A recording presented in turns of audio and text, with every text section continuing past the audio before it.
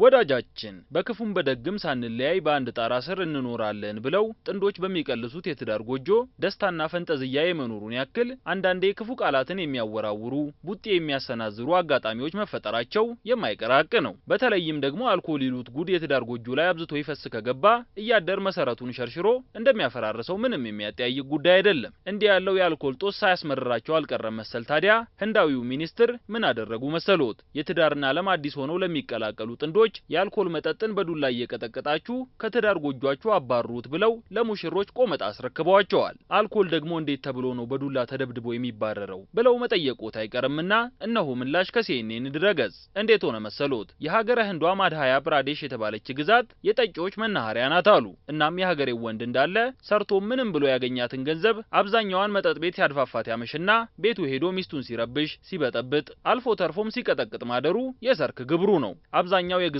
ነዋሪ ወንድ በቀን 100 የህንድ ገንዘብ ሩጲ ቢሰራ እንኳ 50 የአልኮል መጠጥ ሲሳይሆን ማለቋ ሀቅ ነው። ጠጥቶ ቤትን መረበሽ እንጂ ለቤት ወጪ ብሎ መስጠትም የለም። እናም ይህ ነገር ያስመረራቸው የሀገሬው ሴቶች ጎፓል ባህርጋቫ ለተባሉት ሚኒስትር ሁሌም ባገኟቸው ቁጥር እረ ማጣፊያው አጠረን ይሄንን የአልኮል መጠጥ ነገር አንድ ነገር ያድርጉልን የሚል ስሞታ ይነግሯቸዋል። ይሄኔ ነው እንግዲህ ሚኒስትሩ ለችግሩ አይነተኛ መላ ነው ያሉትን አልኮልን በዱላ እየደበደቡ የማባረር ዘዴ ተግባራዊ ለማድረግ የተነሳሱት። እጅ አጥሯቸው ሰርጋቸውን መደገስ ያልቻሉ 700 ጥንዶች በጅምላ በተዳሩበት የሰርግ ስነ ስርዓት ላይ የተገኙት ሚኒስትሩ ባላችሁ መለኪያ ጨብጦ እያመሸ ያስቸግራችሁ ከገባ አይ እንደው በምን ክፉ ቀን ነው ከዚህ ሰውዬ ጋር የተገናኘሁት ብላችሁ ማማረር ሳይሆን ሰክሮ ሲመጣ እየጠበቃችሁ ወገባ ገዳውን እየቆረጣችሁ እንድትጥሉበት ይሁን ሲሉ ለሴት ሙሽሮች ደና ቆመጣ አድለዋቸዋል። አልኮልን በዱላ መከላከል ይሏል እንግዲህ ነው። 10,000 የሚሆኑ ቆመጦችን ለሴት ሙሽሮችና ለቤተሰቦቻቸው በሰርጋቸው ዕለት ያደሉት ሚኒስትር ጎፓል የአልኮል መጠጥ ለአካባቢ ሴቶች እዳ ሆኖባቸው ነው እየኖሩ ያሉት ሲሉም ነው